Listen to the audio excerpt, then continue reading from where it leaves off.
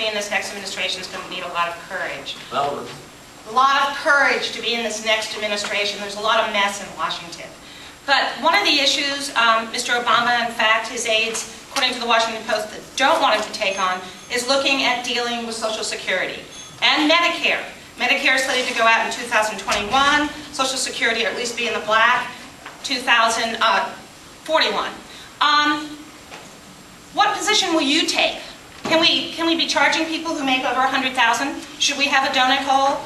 This needs action. I'm looking around this room. There's a lot of us. As far as Social Security, I believe in the concept of lockbox. I believe that those people who don't pay for Social Security should pay. I think it should be progressive based on the amount of money that you make.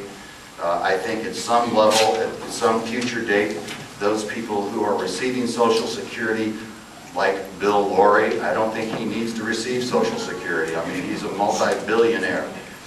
Medicare last year, $35 billion went to insurance companies and profits. I can't wait to vote against them getting that money.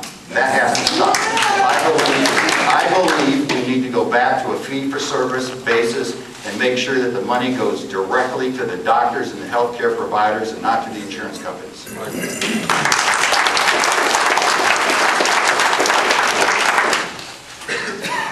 I think that we need to start addressing the Social Security issue now.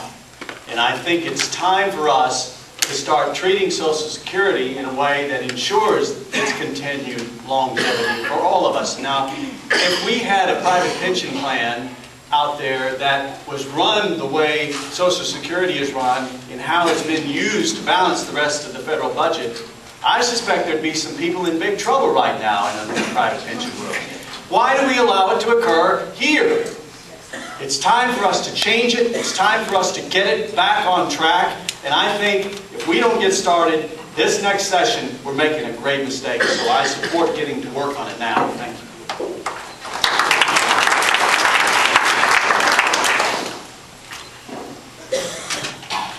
Social Security is the promise, really, of the American dream. Our seniors have worked for many, many decades in order, and they've paid into Social Security, and they have worked hard with the promise that we would take care of them in their later years. I intend to make sure we keep that promise to you all. It is important as a character of our country to say that we are going to keep the promises we make. Now, it has serious problems.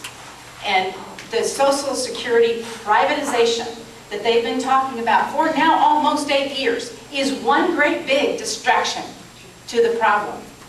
I suggest it's going to take a bipartisan effort. There is no way we're going to solve this problem without all of us coming together. So I will support, when I get there, pulling us all together, Republicans, Democrats, Independents, sitting down and saying, we have got to work something out. This is a national crisis that is coming.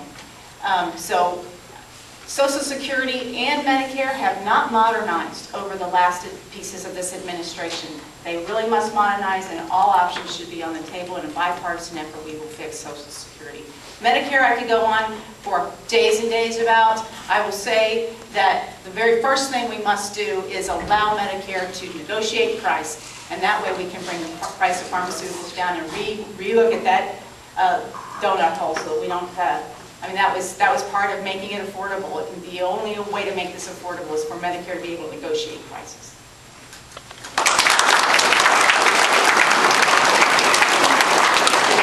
That was a very good question. As I traveled to 25 counties of the 9th District, it's a question that I get asked a lot, and not from older people, surprisingly. It's from a lot of young people. And they're concerned, will Social Security be there when they reach retirement age? And as Congressman, I would work definitely hard to keep the Democrat program of Social Security alive and well. I don't believe in privatizing Social Security. I believe it's a government program, and we need to take responsibility and see that it's maintained and solvent for the years ahead. As far as raising the ceiling level, I believe it's in the 90,000 range that the tax drops off. I foresee, and I would recommend that we ought to raise that to what the congressmen and congresswomen, what their salary is. And and I believe that's right around 166. So we should be paying our share. We shouldn't have any favors. We're your representatives, and we're here to serve you